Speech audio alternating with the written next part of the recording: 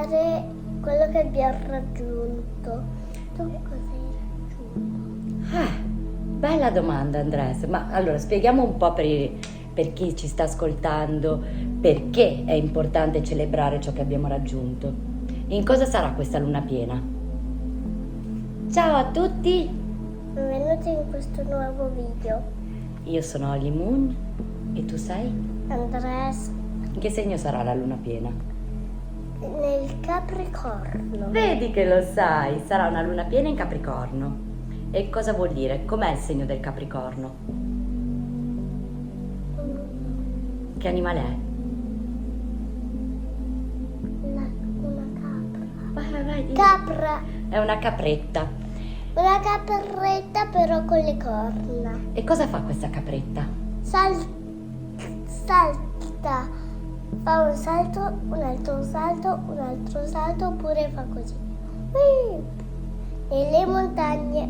Quindi il segno del Capricorno è un segno molto ambizioso, perché appunto quando vede la montagna lui non ha paura e non si chiede se ce la farà o meno. Lui è determinato, il Capricorno. Sale, si organizza, studia bene la montagna, guarda qual è il percorso migliore da fare e senza troppi problemi, tac, inizia la sua scalata verso la vetta. È un segno molto strutturato e organizzato, ha una forte disciplina. Io lo conosco bene perché sono un Ariete, ascendente Scorpione, luna in Toro, ma con sign signature Capricorno. Quindi per me è una luna molto interessante. Mi piace molto questa luna.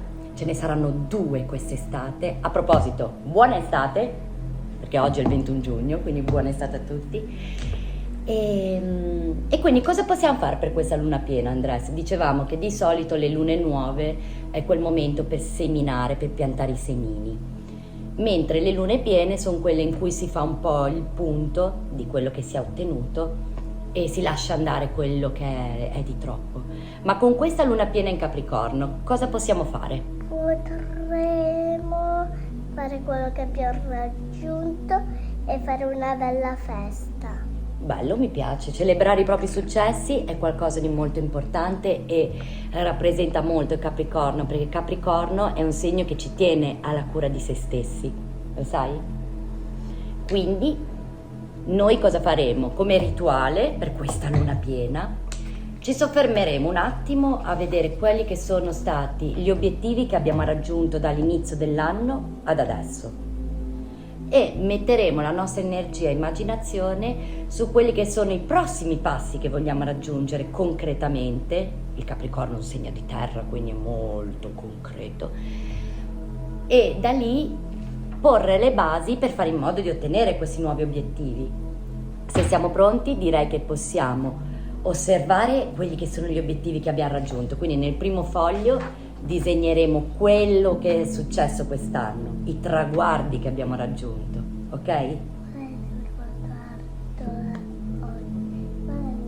traguardo di oggi? Allora, Quello è che non sono andata a scuola, quindi faccio una scuola con la X. ma quello è un avvenimento che è successo oggi, che non sei andato a scuola perché avevi la febbre. Il traguardo che hai raggiunto riguardo alla scuola è che Andres ha finito. Andres ha 5 anni e 3 quarti, farà 6 anni a settembre, quindi Andres Il 20. questo si può dire che è un traguardo che tu hai raggiunto. Ok, adesso disegno. Disegna il fatto che hai completato il tuo ciclo di Quindi farò materna. io da 6 anni. Puoi anche disegnare te dai 3 anni ai 6 che hai compiuto questo ciclo. Io faccio metà di 6 anni. Va bene. E io disegnerò qualcosa riguardo a dei progetti che ho realizzato e che sono diventati concreti nella mia vita fino ad oggi, da inizio anno adesso. Siamo pronti? Via. È bellissimo. Ah sì? Ti piace? Molto, sei felicissimo.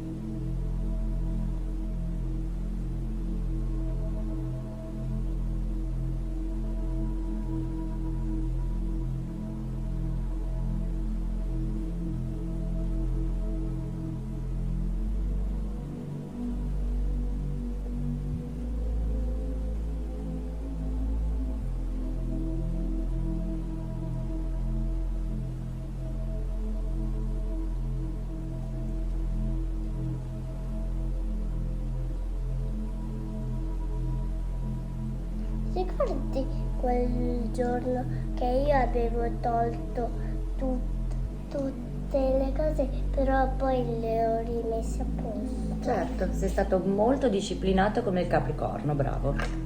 E organizzato. Quando si utilizza qualcosa lo si rimette a posto. Bravo. Eppure quando si fanno i pasticci, Già. come te, non ancora. Oggi ancora non ho fatto dei pasticci, perfetto. Finito. Anche io ho finito di fare la mia parte degli obiettivi raggiunti e ti volevo chiedere, Andres, come ti senti? Ti senti soddisfatto degli Sì. obiettivi che hai raggiunto in questo anno? Ma allora, volevo dirti che è una condizione molto particolare perché appunto avendo molto Capricorno io è difficile che sia soddisfatta del tutto di quello che ho fatto, soprattutto se deriva da me.